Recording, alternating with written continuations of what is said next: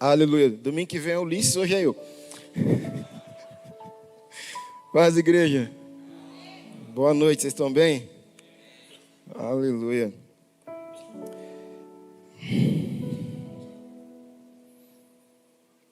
Hoje é uma boa noite para Deus estragar a gente, viu?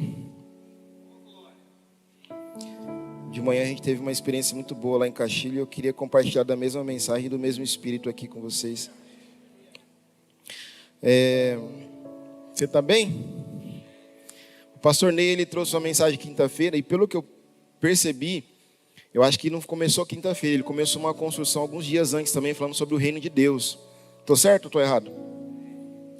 E, curiosamente, nós estamos falando acerca do reino de Deus lá em Caxilha também já há algumas semanas.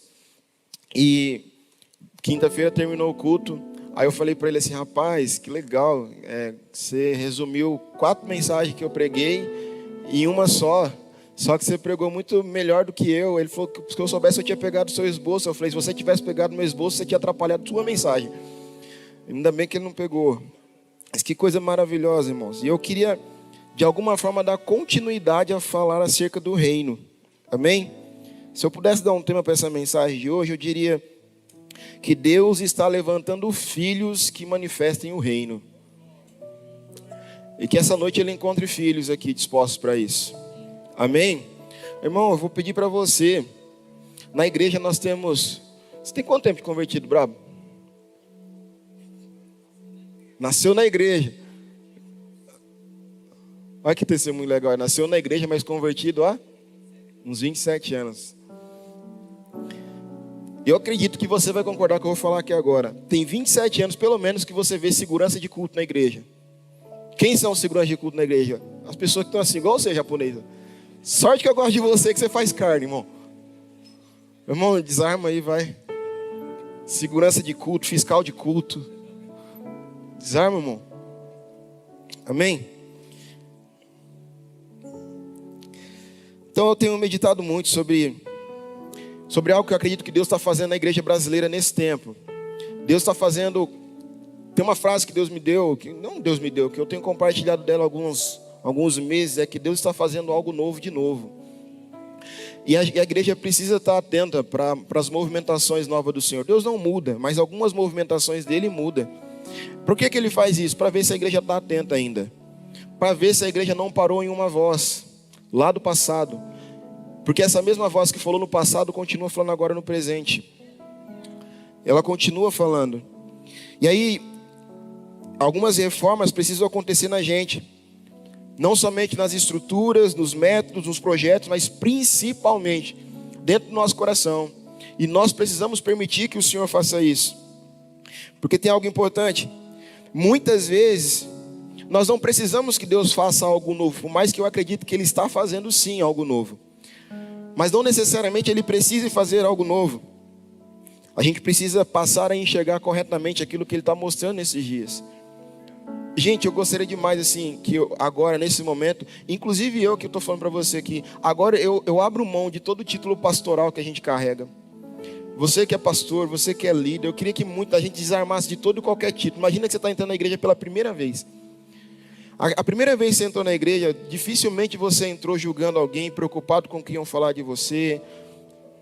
Você entrou desarmado. Talvez você entrou totalmente aberto, suscetível para Deus fazer o que quisesse com você. Eu gostaria que nessa noite você permitisse que Deus quisesse fazer o que Ele quiser com você. Deixa Ele operar a obra. Deixa Ele fazer. O que nós precisamos é discernir a atuação do reino de Deus, porque o pastor Nele foi muito pontual. Às vezes a gente pensa que, como as escrituras dizem, né? Venha o teu reino, seja feita a tua vontade. Às vezes a gente pensa que esse reino está muito distante. Não, esse reino é mais presente, mais real do que o ar que nós respiramos. Ele é real, não é um reino que virá, é um reino que já é presente. E como que eu sei que ele é presente? Porque tem filhos que estão entendendo e estão manifestando a vontade do Pai. É isso que faz o reino atuante de Deus, é a manifestação dos filhos que entendem a compreensão do reinado que eles têm. Então o desafio nosso é discernir essa atuação. E quando a gente vai refletindo sobre isso, a gente vai entendendo, vai discernindo que esse reino, ele exige arrependimento, ele exige alinhamento, ele exige rendição ao governo de um rei. Só que tudo isso precisa ter um fundamento correto. E o apóstolo Paulo vai dizer que nós não podemos lançar outro fundamento que não o Cristo. Cristo é o fundamento da igreja. Cristo é a base que sustenta tudo aquilo que nos move. Porque sem Ele, tudo vai se tornar vulnerável. E a sensação que eu estou tendo nesses dias é que Deus está ajustando a nossa visão. Amor, nós falamos, acho que tem poucos cultos aqui que alguém comentou, e é verdade isso. Quando foi que você viu alguém falando tanto sobre adoção como nos últimos dias? Como nos últimos tempos? Quando foi que uma igreja entendeu que ela não é só participante de um culto, ela foi adotada, nós somos adotados, nós só estamos aqui porque nós somos adotados. Não tem outro tipo de argumento. Não tem outro tipo de argumento. Nós só temos o privilégio de estarmos aqui porque Deus quis nos adotar. Então Deus está assim alinhando e ajustando a nossa visão. Ele está alinhando nossos pensamentos, fortalecendo os nossos fundamentos, porque eu acredito que Ele quer derramar vinho novo sobre a igreja. E Ele precisa encontrar pessoas dispostas com odres novos também. Porque Deus não desperdiça do seu óleo, Deus não desperdiça da sua unção. E uma vez que eu entendo isso, eu me preparo, eu deixo o terreno aberto para que esse óleo novo chegue. E muitas vezes, para que esse óleo novo chegue, Deus precisa mexer nas estruturas internas. Deus precisa machucar a gente algumas vezes. E uma palavra que o pastor Marcos sempre diz: é melhor a gente ceder logo do que sofrer no caminho. Eu não sei se alguns de vocês, esses últimos tempos eu tenho sentido, parece que muitos incômodos de Deus, como se Deus estivesse transicionando a gente para um lugar diferente, um lugar bom, mas esticando a gente assim, para preparar a gente para uma nova estação. E essa nova estação, ela não está distante, está mais real, está mais perto do que a gente pode imaginar. Está muito perto. Está muito perto. E é aqui que eu quero chegar com a gente. Você está aí comigo? Aperta o cinto aí, não deixa ninguém te atrapalhar não. Vamos juntos. Eu tenho uma expectativa muito boa para a gente essa noite, irmãos. E eu não estou falando na emoção não, estou falando no espírito mesmo, no espírito. No espírito. Eu queria que você não ficasse aqui assistindo o culto. Eu gostaria muito que você participasse do culto.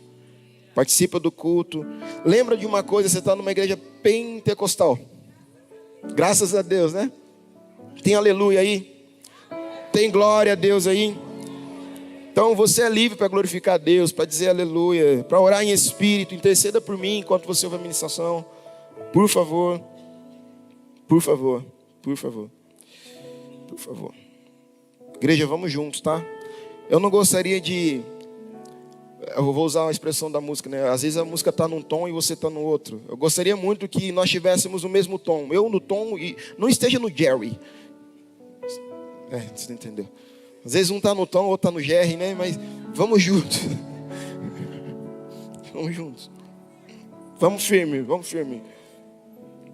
Eu queria que você tivesse fome essa noite. Sede.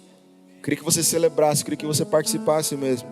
Olha, tem uma das coisas que tem ficado muito forte no meu espírito esses dias. Deus não está preocupado com grandes ajuntamentos. Deus está interessado em gente com fome. Por que disso? Porque Ele ainda dá pão para quem tem fome. Irmão, cadê os famintos dessa geração? Cadê os famintos dessa geração? Deus está quebrando alguns paradigmas. Deus está quebrando alguns paradigmas que nós carregamos há muitos anos. Muitos anos. Um deles é o que concerne ao ambiente profético.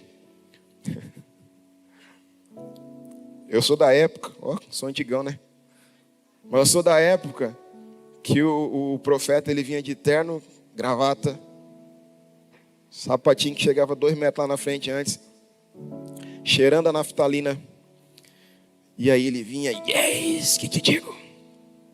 Quando não, era a irmã do coque, vestida até o pé, rodando no giraia.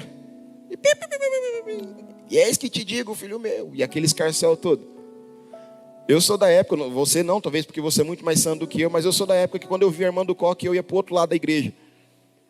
Que eu falava, ela vai falar meus pecados, Deus. E eu não quero. Só que Deus continua falando. Só que agora Ele não precisa, Deus nunca precisou, na verdade, de espetáculo e nem de show. Deus não precisa disso. E às vezes Deus está usando pessoas simples, pessoas do teu cotidiano, para poder comunicar coisas do Espírito. Pastor, por que eu não estou entendendo? Porque não está conectado. Mas hoje você vai se conectar. Hoje vai.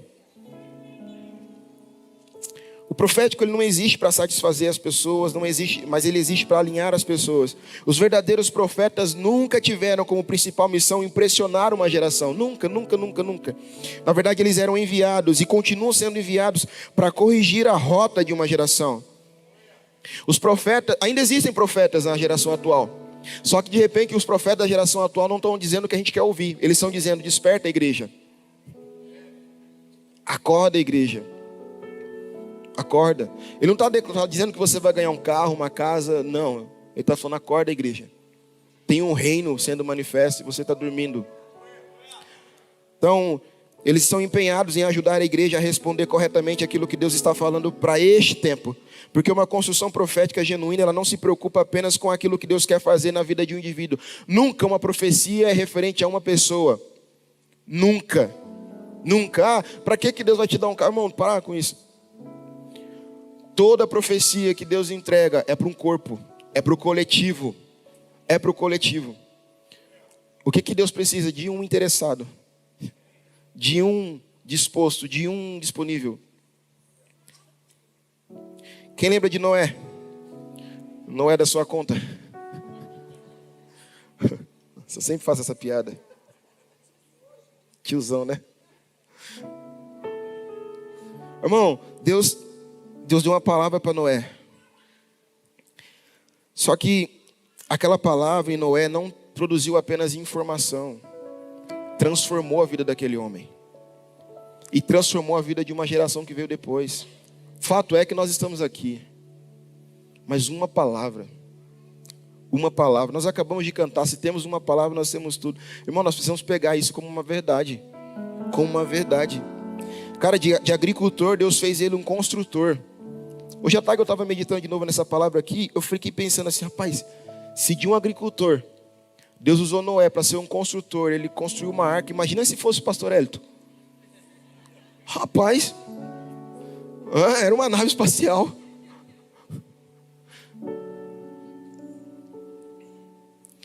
Então, de agricultor, ele foi para um construtor, não para benefício próprio, mas para preparar uma geração para uma nova estação. E aí nós estamos sendo amadurecidos, nós estamos sendo fortalecidos, formados e ajustados por dentro. E Deus está preparando um povo capaz de sustentar aquilo que Ele deseja derramar. E vai derramar. Ele vai fazer. Por isso são odres novos para vinho novo. Filhos que manifestem o reino. Filhos que são capazes de carregar aquilo que Ele está prestes a confiar nas suas mãos. Deus vai entregar coisas na sua mão hoje, irmão. Responsabilidade. Responsabilidade. Você vai sair daqui com um senso de responsabilidade muito grande. Eu duvido, irmão, que se você estiver por inteiro aqui, eu duvido que você vai sair daqui da mesma forma essa noite. Eu duvido muito. Eu duvido muito. Abra sua Bíblia. Isaías 43, versículo 15. Você sabe que eu trabalho com pontos. O primeiro ponto é: Deus está despertando uma santa inconformação.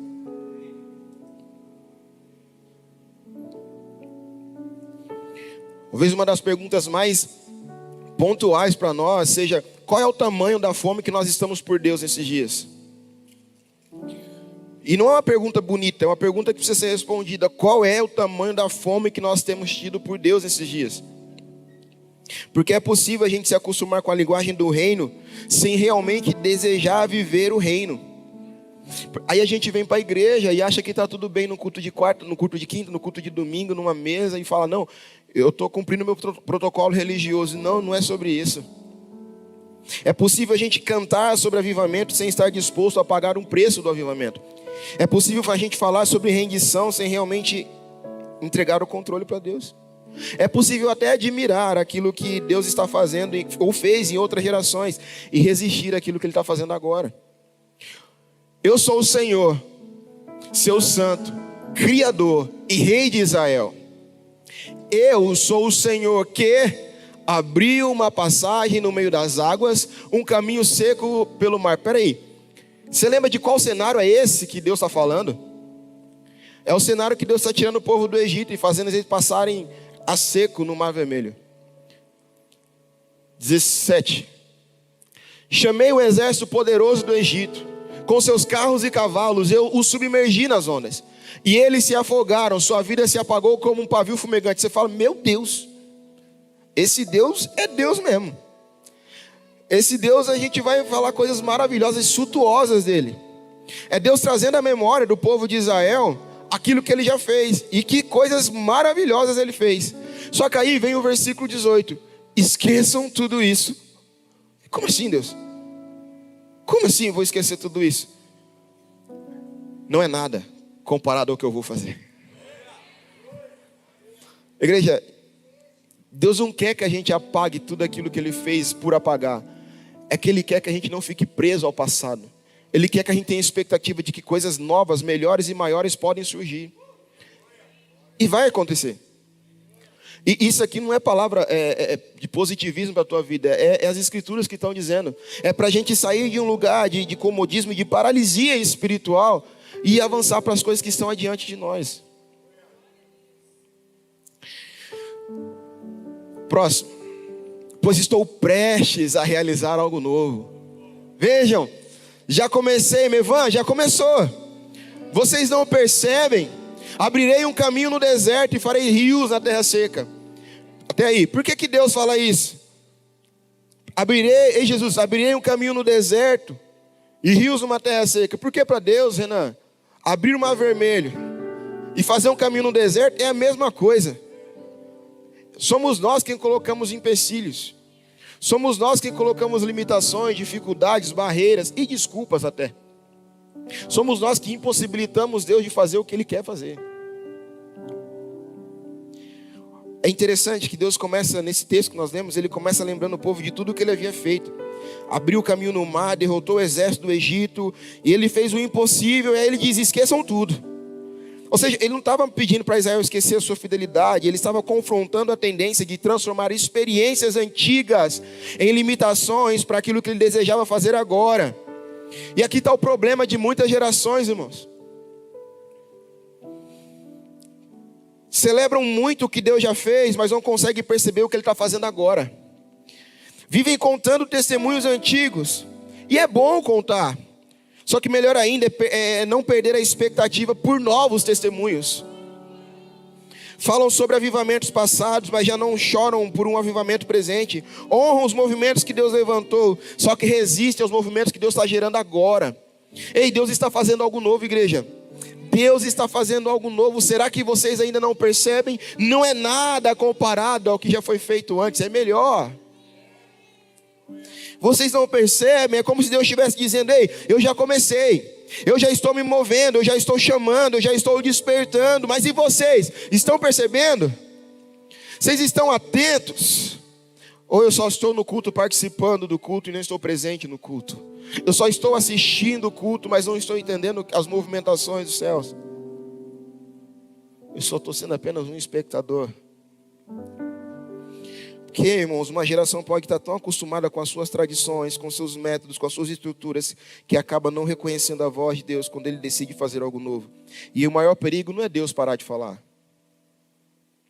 O maior perigo é a gente continuar tão preso ao que Ele fez e ao que Ele disse ontem, que a gente tampa os nossos ouvidos espirituais e não consegue discernir a voz dEle nos nossos dias. Então é por isso que nós precisamos examinar o nosso coração. Porque a reforma não começa quando Deus muda uma estrutura. A reforma começa quando nós permitimos que Deus conceda a gente fome por Ele de novo.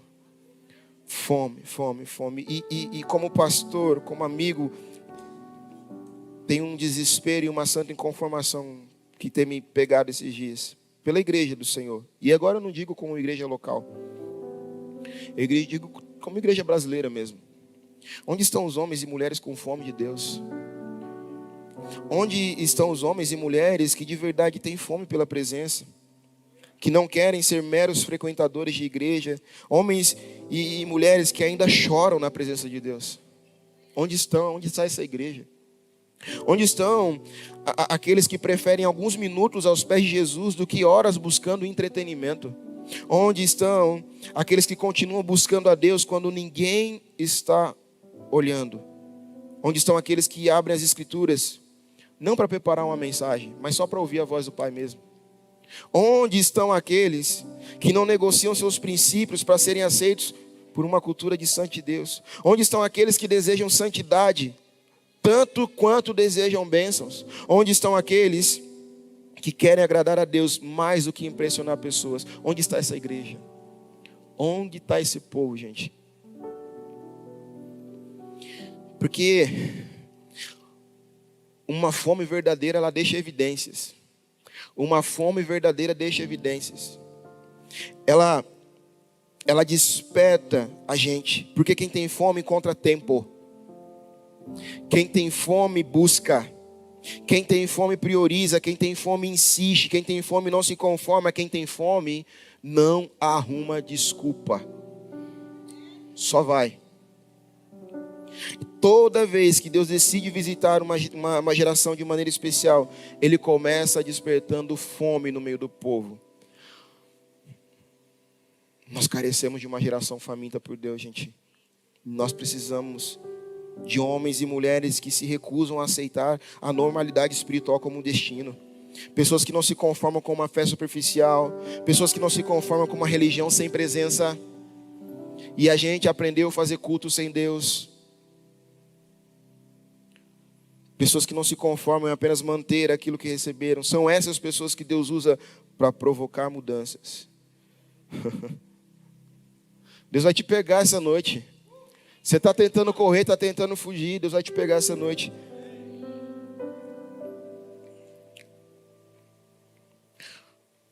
Deixa eu fugir só um pouquinho aqui. Tem muita gente distraída no culto. A distração é o inimigo te roubando. Deus não precisa te destruir, ou melhor, o inimigo não precisa te destruir. Só o fato de ele te distrair já é o suficiente para ele. Tem gente aqui que não lembra nem qual foi o texto que a gente falou agora há pouco, das Escrituras. Estava sorrindo, estava brincando. Deus vai pegar você essa noite. É uma boa noite para Deus mudar a sua vida de uma vez por todas. Não se distraia. É por isso que quando acaba o culto, seja de quinta, seja de domingo, quando acaba o teu relacionamento numa mesa, você sai, chega em casa às vezes com a sensação assim, nada mudou. Óbvio que nada mudou. Se você não permitiu a mudança acontecer, nada vai mudar. Deus está mexendo nas nossas estruturas e Satanás sabe disso. É por isso que ele quer te distrair nessa hora. Em nome de Jesus, todo espírito de distração eu te repreendo agora.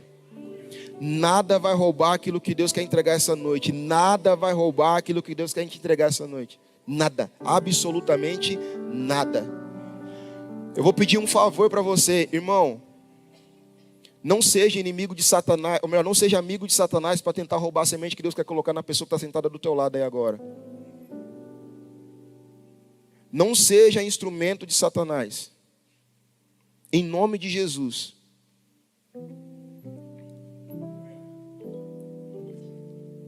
Toda verdadeira reforma começa quando alguém decide e entende que existe mais em Deus do que aquilo que nós estamos vivendo agora. Até que foi bom, mas tem coisas melhores ainda. O Senhor não quer e nunca quis apenas frequentadores de culto, porque é impossível frequentar ambientes de reino sem jamais viver a cultura do reino. Então Ele quer filhos que revelem a sua natureza. É por isso que a gente precisa voltar ao secreto. Nós precisamos voltar à contemplação, voltar ao fundamento, voltar ao temor e voltar à centralidade de Cristo. Cristo em nós, Cristo na igreja, é a esperança da glória para uma humanidade caída. Segundo ponto, a igreja foi chamada para carregar fogo e não apenas memória.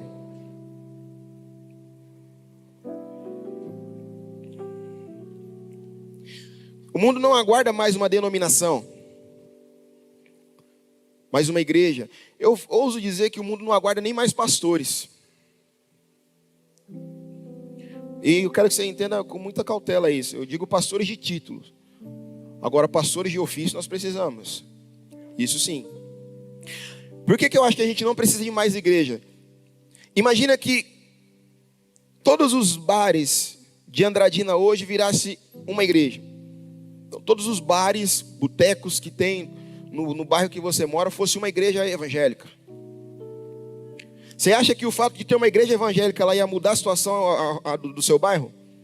Não ia, não. Só pela igreja em si, não. Agora, se tem filhos manifestando o reino de Deus, sim. Aí é diferente. Então Deus não precisa de mais igreja, Deus precisa de filhos que manifestem o reino, aonde quer que for. É por isso que o mundo não precisa de mais sermões, não precisa de mais igrejas, de mais congressos ou conferências, precisa de evidências. Não é do Chitãozinho e Chororó. A igreja nunca foi chamada, irmãos, para administrar a ausência de Deus. Nunca, nunca. A igreja nasceu do fogo, nasceu da presença, nasceu da atuação do Espírito Santo, nasceu da obediência de alguns discípulos que permaneceram esperando uma palavra. Permaneçam em Jerusalém até que do alto vocês sejam revestidos de poder. Nasceu da unidade de um povo apaixonado por uma palavra, por uma presença. E ela surpreendeu esse povo e chegou, irmãos. E é uma presença que é atuante no nosso meio até os dias de hoje. Então existe dentro da verdadeira igreja uma saudade permanente da presença de Deus e um desejo contínuo de manifestar o seu reino. Porque a igreja de Jesus não foi chamada apenas para preservar a memória, foi chamada para carregar fogo. Ah, meu Deus. Então o que a criação está aguardando? A criação está aguardando filhos que carreguem paz em meio ao caos, que sejam luz em meio às trevas, que levem verdade em meio à confusão, que não se rendem ao suborno, à corrupção, à mentira, aos contratos ilícitos. Filhos que carreguem a presença em meio à superficialidade. E talvez um dos maiores perigos desse tempo seja estar perto do mover de Deus, como agora, e ainda assim não participar dele.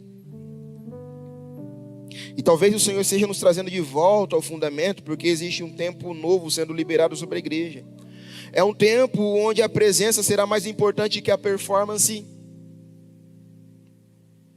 E isso pega muitos de nós, pastores, líderes, principalmente nós que estamos numa plataforma.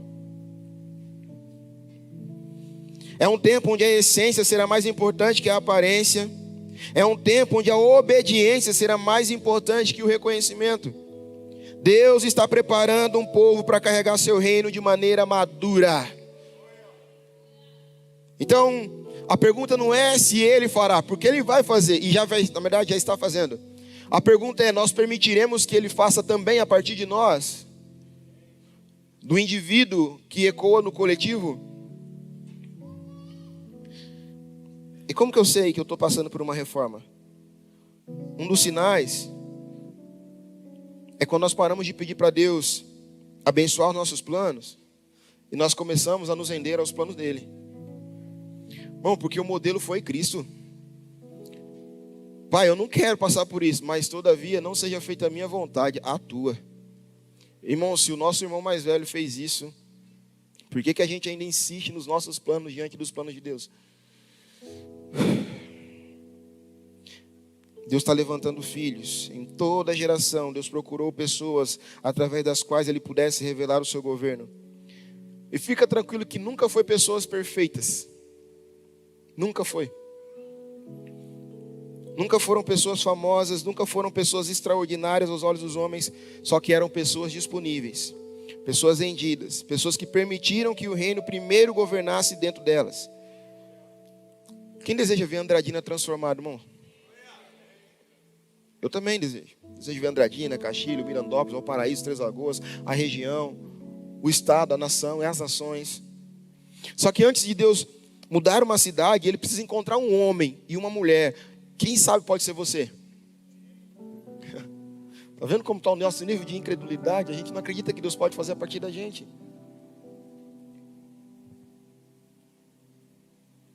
Antes de Deus mudar uma geração, Ele encontra um povo. Antes de Deus derramar vinho novo, Ele prepara odres novos. Deus não está apenas corrigindo a nossa estrutura.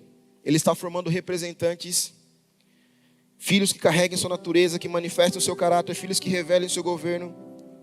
Porque quando o Espírito encontra um povo disposto a enxergar como Deus enxerga, a pensar como Deus pensa e a viver sob o governo do rei, aí uma reforma acontece. Aí o reino se manifesta, a história de uma geração pode ser transformada e nunca mais ser a mesma.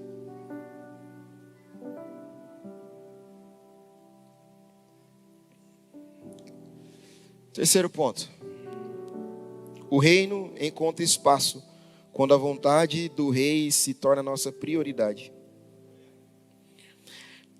A oração que Jesus ensina para a gente no Pai Nosso, ela tem alguns detalhes que me chamam a atenção. E eu vou falar de um aqui. Jesus fala assim: venha o teu reino. Isso nós oramos e nós queremos isso, sim ou não? E aí dá uma sequência, ele fala assim: seja feita a tua vontade, na terra como é no céu. Então tem uma vontade de Deus que ela já é estabelecida no céu. E que o coração dos filhos, e é só coração de filho, que quer que essa mesma vontade se manifeste aqui na terra. E só filhos vão querer isso. Frequentadores de igreja não vão querer isso. Simpatizantes não vão querer isso. Agora filhos vão. Filhos vão. Porque o reino de Deus, ele não é apenas um ambiente. Não é apenas uma mensagem bonita a ser falada ou pregada. O reino não é apenas uma experiência espiritual. O reino é o governo do rei. Você pode dizer isso? O reino é o governo do rei. Irmão, e onde o governo do rei é aceito, o reino se manifesta. Então nós precisamos aceitar esse reino o quanto antes. O quanto antes. E talvez uma das maiores confusões da igreja contemporânea seja desejar os benefícios do reino sem se submeter ao governo do rei. Aí a gente quer as bênçãos do reino, mas a gente não quer o rei do reino. E que o rei do reino se adeque às minhas vontades. A gente quer a paz do reino, nós queremos a provisão do reino, nós queremos o milagre do reino, nós queremos o favor do reino, mas nem sempre queremos a vontade do rei. É por isso que Jesus não nos ensinou apenas a pedir pela vinda do reino. Ele ensinou a gente a desejar que a vontade do Pai fosse estabelecida na terra, da mesma forma que ela já é obedecida no céu. Porque no reino, ou melhor, porque no céu, no reino de Deus, não existe resistência à vontade de Deus. Um dia tentaram, mas deu ruim, né? Deu ruim. Irmão, a gente vai tentar repetir o mesmo ciclo? Vai tentar resistir à vontade de Deus? Não existe negociação com Deus. Não existe atraso com Deus. Não existe disputa por controle com Deus. É uma disputa, é uma luta que a gente já perdeu. Pastor, o que eu preciso então? Eu preciso entender e assumir, eu perdi. Eu me rendo. Eu me rendo.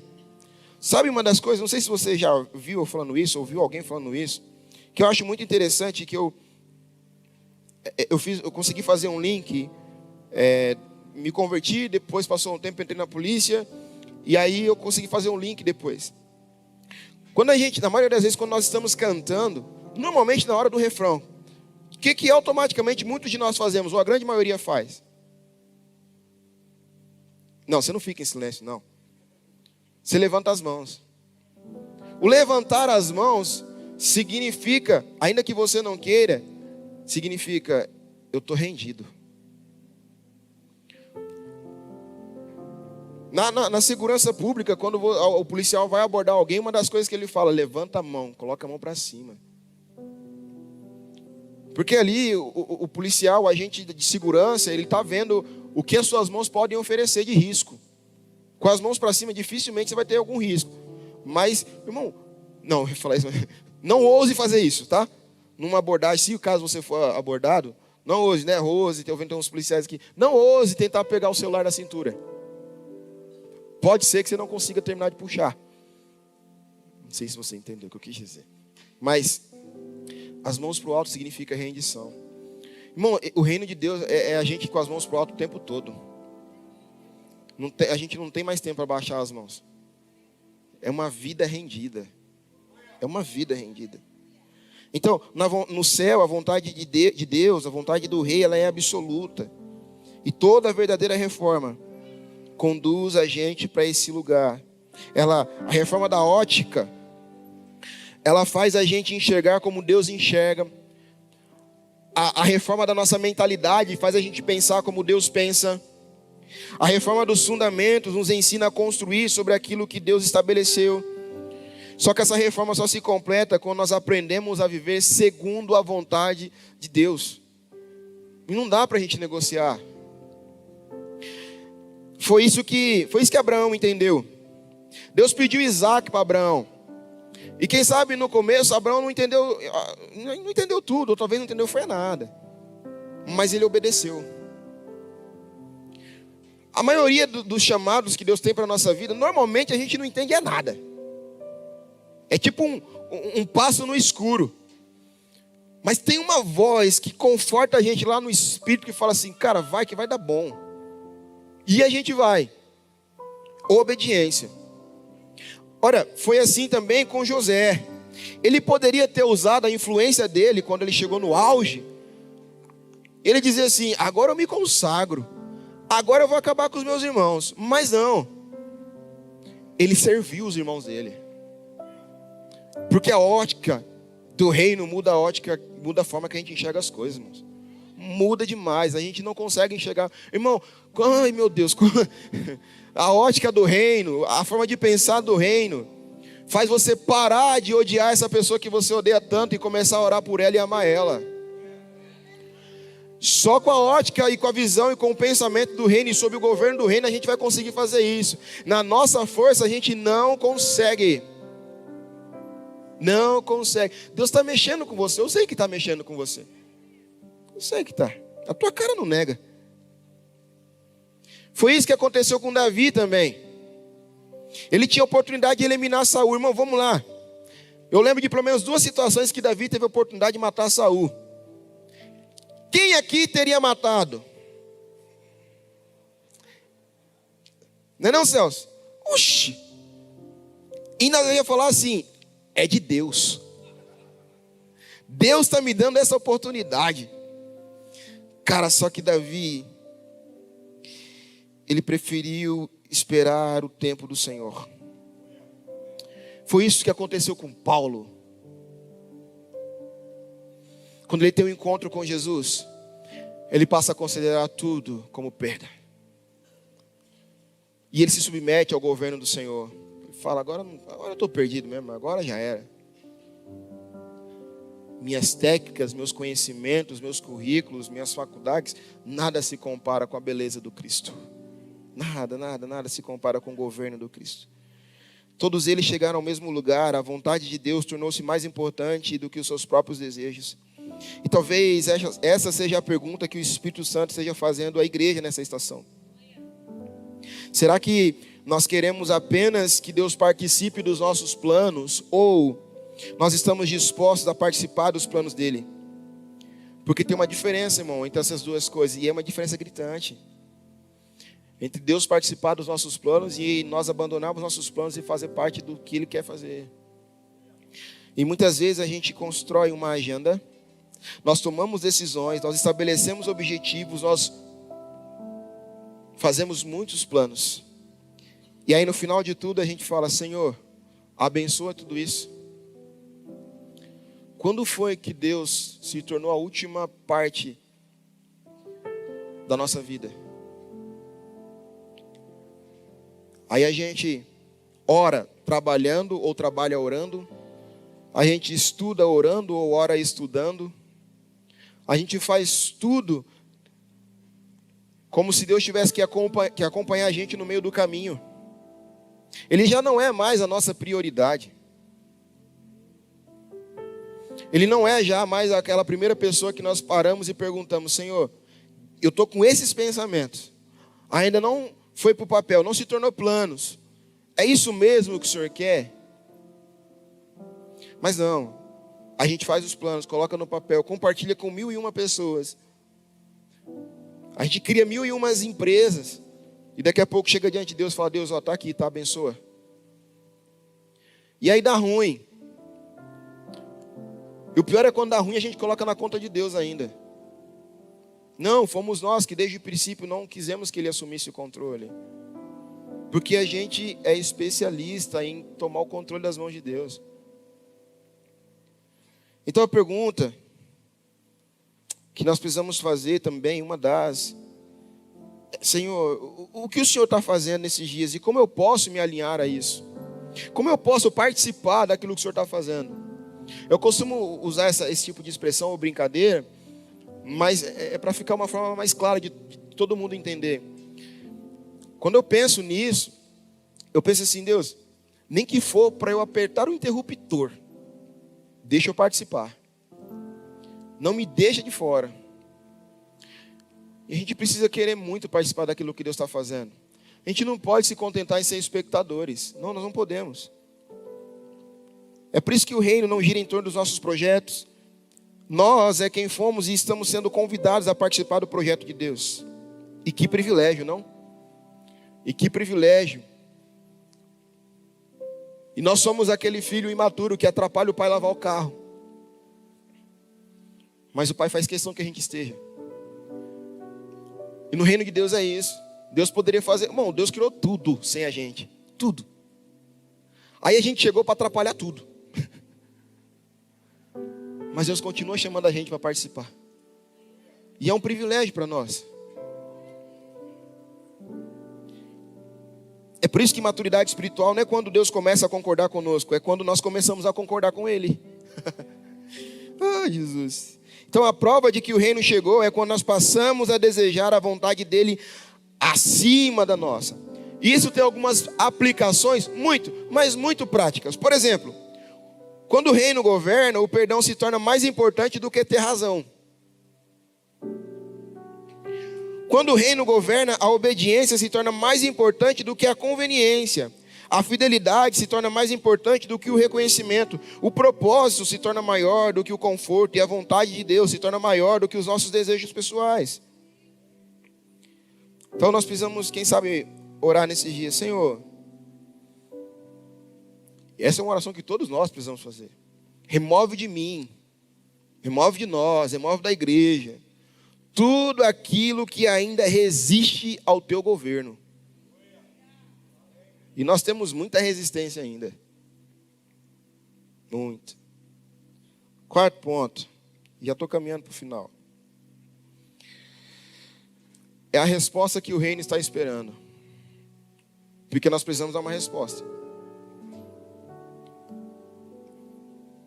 Se você sair desse culto sem dar uma resposta para Deus, irmão, tem um senso de responsabilidade muito grande sobre nós. Muito grande. Muito grande. Talvez um dos maiores inimigos do cumprimento do propósito de Deus na nossa geração, melhor, em todos os tempos, é uma palavra bonita chamada passividade. Onde a gente retarda aquilo que Deus quer fazer. A gente ouve, a gente discerne, a gente sabe, mas a gente se torna passivo. A gente permite que outros participem. A gente vê outros fazendo, outros realizando. E o pior é quando você vê outros fazendo, realizando e sabendo, cara, Deus tinha pedido aquilo para mim. E eu deixei passar a minha vez.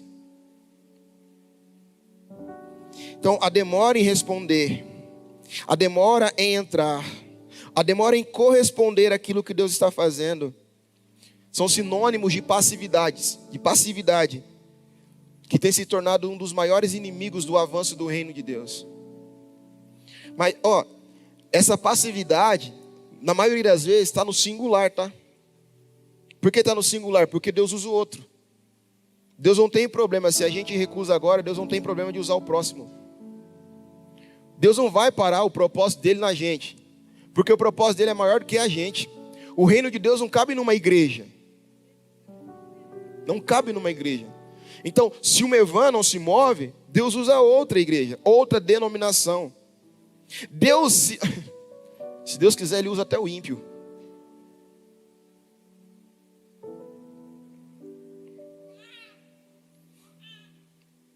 Foi assim com Moisés. Tem um período das Escrituras, acho que, salvo engano, é Êxodo 3. Não precisa pôr para não distrair. Salvo engano, é Êxodo 3. Que tem um episódio marcante lá. Qual que é esse episódio? Deus falando com Moisés através da sarça. Quem lembra? Acho que foi um dia eu ouvi a pastora Joyce falando isso. A sarça queimar no deserto era algo natural. O que não era natural? Ela não se consumir. Então, a sarça queimar no deserto é algo que está relacionado ao cotidiano. É o ordinário. Você está entendendo? Sarça queimar no deserto fala de algo ordinário. Pense em algo ordinário da tua vida.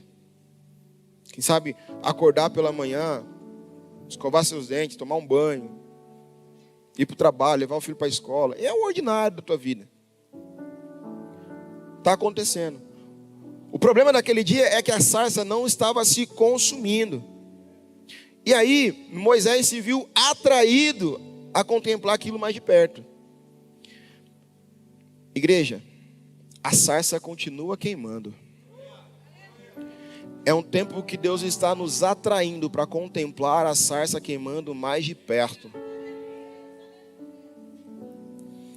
Pensa que naquele cenário, a Bíblia não fala, mas eu quero entender que poderia estar acontecendo isso. Muitas pessoas deviam estar ao lado de Moisés. Não sei se ele estava sozinho, mas imagine que ele tivesse. Imagine esse ambiente que nós estamos aqui agora. A sarça se consumindo. Muitas pessoas vendo a sarça se consumindo, só que só um. Ou melhor, viu a sarça queimando, mas só um viu que ela não estava se consumindo. Só um teve o interesse de chegar perto. A minha indagação essa noite é que não seja só um, mas seja um povo. Um povo interessado em querer ver essa sarça que não se consome. Irmão, a sarça queimando é só uma desculpa de Deus para atrair a gente para perto dele. Nunca parou de queimar. E talvez a gente não está tão atento a ela queimando, aí ele precisa mostrar para a gente, olha, presta atenção, ela não está se consumindo, viu? Aí a gente, é verdade, eu não tinha prestado atenção. Então, deixa eu ver essa obra mais de perto. E aí Moisés se aproxima, Renan. Só que eu estou para falar para você que a sarça queimando, a sarça não se consumindo, era só uma desculpa para Deus, é só uma desculpa de Deus para atrair Moisés. Assim como é só uma desculpa que Deus está trazendo a gente para mais perto dele nesses dias. E você vai entender já já. Deus frequentemente quer atrair a gente através de coisas, situações aparentemente extraordinárias. Pensa no telefone tocando. Quem aqui já viu o telefone tocando e recusou a ligação? Eu acabei de recusar uma aqui agora. E olha que eu acho que é importante. Mas recusei. Deixa eu te perguntar. O telefone tocar muda a sua vida? Sim ou não? Ô irmão, vamos comigo. Muda ou não? E se você atender? Pode ser que mude. Imagina que é o seu gerente do banco falando, acabou de cair um Pix de R$1 milhão na sua conta. Muda um pouquinho a sua vida?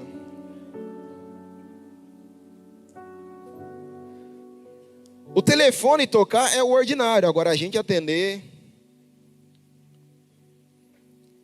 Deus falar é o ordinário, agora a gente obedecer.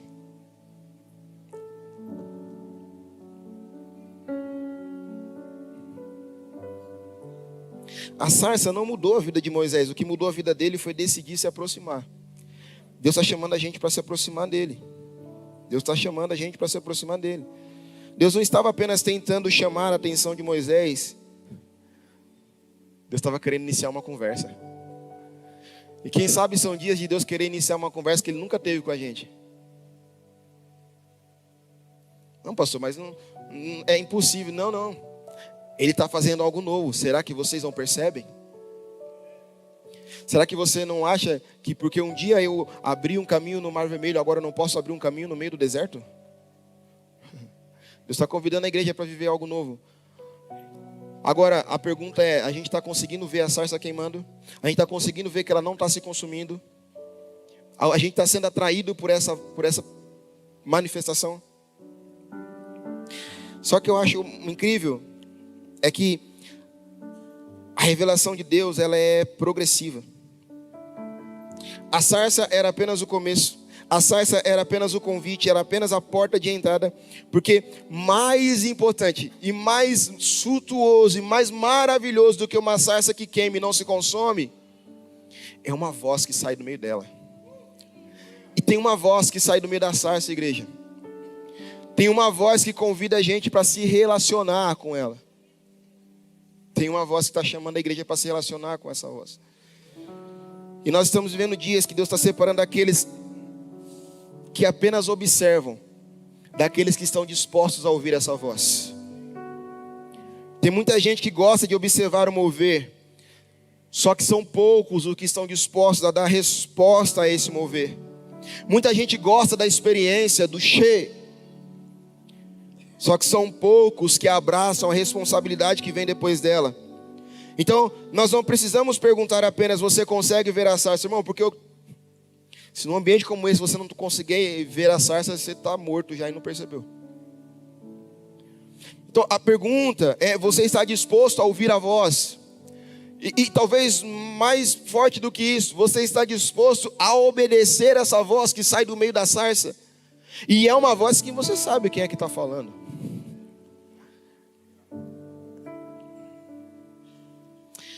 Porque a sarça está queimando novamente.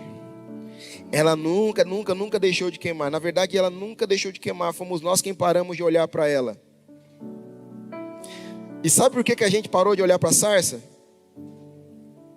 Porque a gente sabe que se a gente olhar, a gente vai se interessar.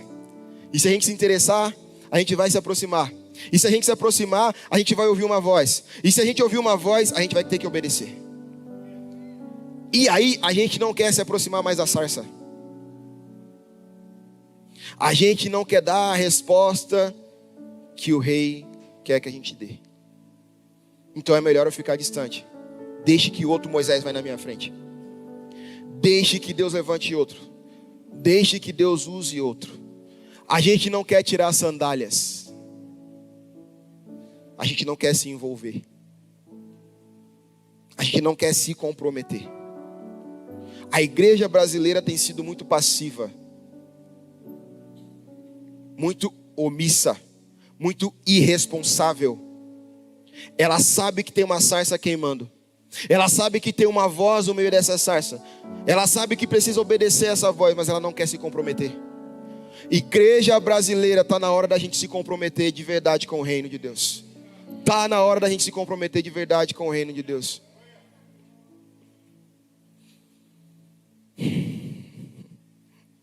A gente sabe que Deus tem o hábito de transformar esses encontros em chamados. E mais do que isso, chamados em missões. Irmão, tem um homem de 1,65 m, quase 70, eu acho, que se relacionou com a voz dessa sarça. E a gente enviou ele lá para a África agora. Mas cadê aqueles que vão se relacionar com essa sarça aqui essa noite também? Onde está esse povo, gente? Talvez por isso tantas pessoas preferem ficar somente admirando a sarça à distância. Porque se nós nos aproximarmos demais, existe o risco de ouvir uma voz. E se ouvirmos uma voz, a gente tem o risco de precisar obedecer. E é exatamente aí que muitos de nós travamos. Nós dizemos que amamos a Deus, mas desde que Ele abençoe os nossos planos. Dizemos que queremos viver a sua vontade, mas desde que a vontade dEle coincida com a minha. Nós dizemos que nos arrependemos, nós esperamos que Ele compreenda as concessões que eu faço diariamente também, né? Ora, Deus, o Senhor entende o meu jeitinho, o Senhor entende as minhas falhas, o Senhor entende as minhas fraquezas, né, Deus? Não. Nós dizemos que queremos viver os propósitos de Deus, desde que os propósitos dEle não interfiram nos nossos. Igreja, se nós queremos viver os propósitos de Deus, nós precisamos permitir que Ele bagunce algumas coisas dentro de nós. Só que a bagunça dele é muito melhor do que a nossa melhor organização. Você pode ser o melhor. Uma vez o pastor deu uma mensagem aqui de personal organizer, né? Nem sei falar isso, irmão. Mas ele organiza de uma forma que a gente não consegue mensurar, compreender, mas a gente precisa viver. A gente precisa viver. Porque aquilo que ele desmonta, ele reconstrói, aquilo que ele toca, ele transforma, aquilo que ele quebra, ele refaz de maneira muito melhor, muito melhor. E a gente perde tempo, irmão, tentando organizar tudo. Só que Deus não está interessado na nossa organização, Ele está interessado naquilo que Ele quer alinhar na gente. Por quê? Porque quando a gente tem uma vida governada por Ele, a gente não tem mais tempo para perder. A gente entende, eu não tenho mais tempo para perder. A gente não tem mais tempo para distrações, não tem mais tempo para ficar apenas observando aquilo que Deus está fazendo. É por isso que nós estamos em um tempo de resposta. É um tempo de aproximação, um tempo de prestar atenção na sarça, é um tempo de perceber que ela continua queimando. Só que não pare na sarça. Tem uma voz que sai do meio dela. Tem uma voz que está comunicando com você essa noite, no teu espírito essa noite, e está te chamando. Quem sabe para um novo passo, quem sabe para uma nova estação. Essa voz continua chamando a igreja nesses dias. Desperta, igreja. Desperta, igreja.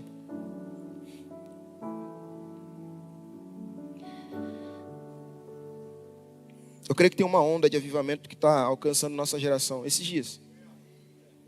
Tem. E eu sei que a gente vai fazer parte disso. Nós vamos fazer parte disso. Nós vamos fazer parte disso. Deus está despertando o seu povo. Deus está chamando homens e mulheres para participar daquilo que Ele está prestes a fazer. Só que tem algumas perguntas ficam gritando dentro de mim. E de verdade, irmãos. Eu anotei isso aqui para poder passar para a igreja.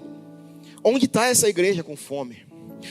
Onde está esse povo? Onde estão aqueles que não têm medo da presença? Onde estão aqueles que não têm medo da redição? Onde estão aqueles que não têm medo do chamado? Irmão, talvez alguns aqui enterraram, engavetaram chamados ministeriais, sonhos. Talvez um dia Deus te deu projeto, alguém te desanimou, e você tomou aquilo como palavra e falou, é verdade, não dá certo. Talvez um bloqueio financeiro te paralisou. É uma noite que Deus está te chamando de volta para esse lugar. Fala, cara, não fui eu que apaguei isso. Não fui eu que disse para você parar. A mesma voz que falou com você lá atrás está falando agora de novo. E Ele está fazendo algo novo. A resposta que nós precisamos dar para Deus é a mesma que as Escrituras trazem. Senhor, eis-me aqui. Conta comigo. Pode me enviar. É esse povo que Deus está procurando, irmãos. É esse povo que Deus está procurando. Um povo com fome. Um povo que volta ao fundamento. Um povo que escolhe a vontade do rei acima da própria vontade. Um povo que não apenas observa a sarça, mas responde à voz que sai do meio dela. Irmão, eu não consigo acreditar numa geração que está contente com o que está vivendo agora. E eu não estou dizendo que nós seríamos no sentido de ingratos com o que Deus está fazendo. Mas é no sentido de acreditar, Ele pode fazer coisas maiores. E Ele quer fazer coisas maiores e melhores, porque a Bíblia fala, eu sei os pensamentos que eu tenho a vosso respeito. Pensamentos de paz e não de mal, pensamentos para dar um futuro que, a gente nem imagina o futuro que Ele tem para nós, mas são pensamentos maiores e melhores do que os nossos.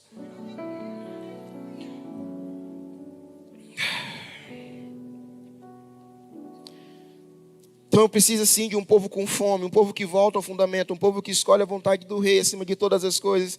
Porque quando o Espírito encontra um povo assim, a reforma acontece, o reino avança, e uma geração inteira pode ser transformada. Irmão, uma das tantas palavras que o Senhor tem falado comigo, sexta-feira, acho que foi sexta-feira, eu me peguei lendo a primeira carta de Paulo aos Coríntios. Eu li ela todinha, em 2 horas eu li ela todinha. E Paulo é meio que engraçado, né? Já no primeiro capítulo ele fala assim para o pessoal assim, graças a Deus não fui eu que batizei vocês. Olha o pastor Paulo falou um negócio desse, graças a Deus não fui eu que batizei vocês. E ele vai discorrendo acerca de alguns assuntos com a igreja. Chega no capítulo 12, é um capítulo que nós, pentecostais, gostamos muito, porque fala acerca dos dons. Profecia, cura, fé, milagres, línguas, interpretação de línguas, discernimento de espírito. Tem mais 2 que eu sempre esqueço a lista. E aí, interessante que a igreja de Corinto tinha tudo aquilo. Irmão, eu vou falar para você, como pastor local, meu Deus, que pastor não gostaria de ver todas as manifestações do Espírito na sua igreja? Irmão, rapaz, a igreja ia viver abarrotada de gente. Hoje quer cura? Cura tem. Milagre? Tem milagre. Quer língua? Língua. Interpretação? Tem. Profecia? Tem. Só que o que me pega é o capítulo 13. O apóstolo Paulo, ele vem, parece que com um balde de água fria e fala assim, ó, se você tiver tudo aquilo e não tiver amor, não serve para nada.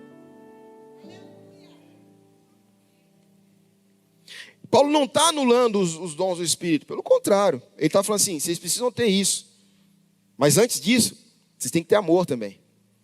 Nós nunca fizemos parte de uma geração tão desunida.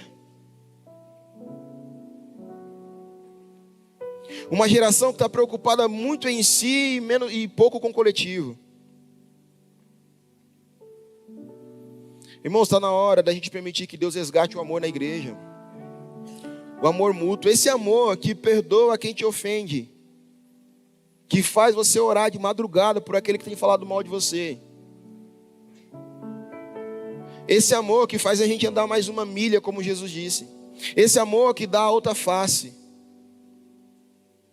Esse amor que se doa. O amor que o apóstolo Paulo diz em 1 Coríntios 13.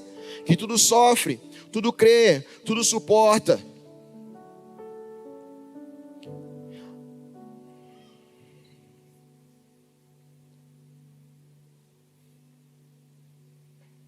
Nós precisamos ser batizados em amor.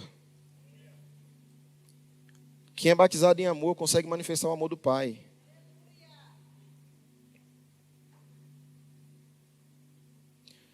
E aí uma geração pode ser transformada. Então, eu não pergunto mais se você consegue ver a sarça. Eu pergunto se você está disposto a ouvir a voz.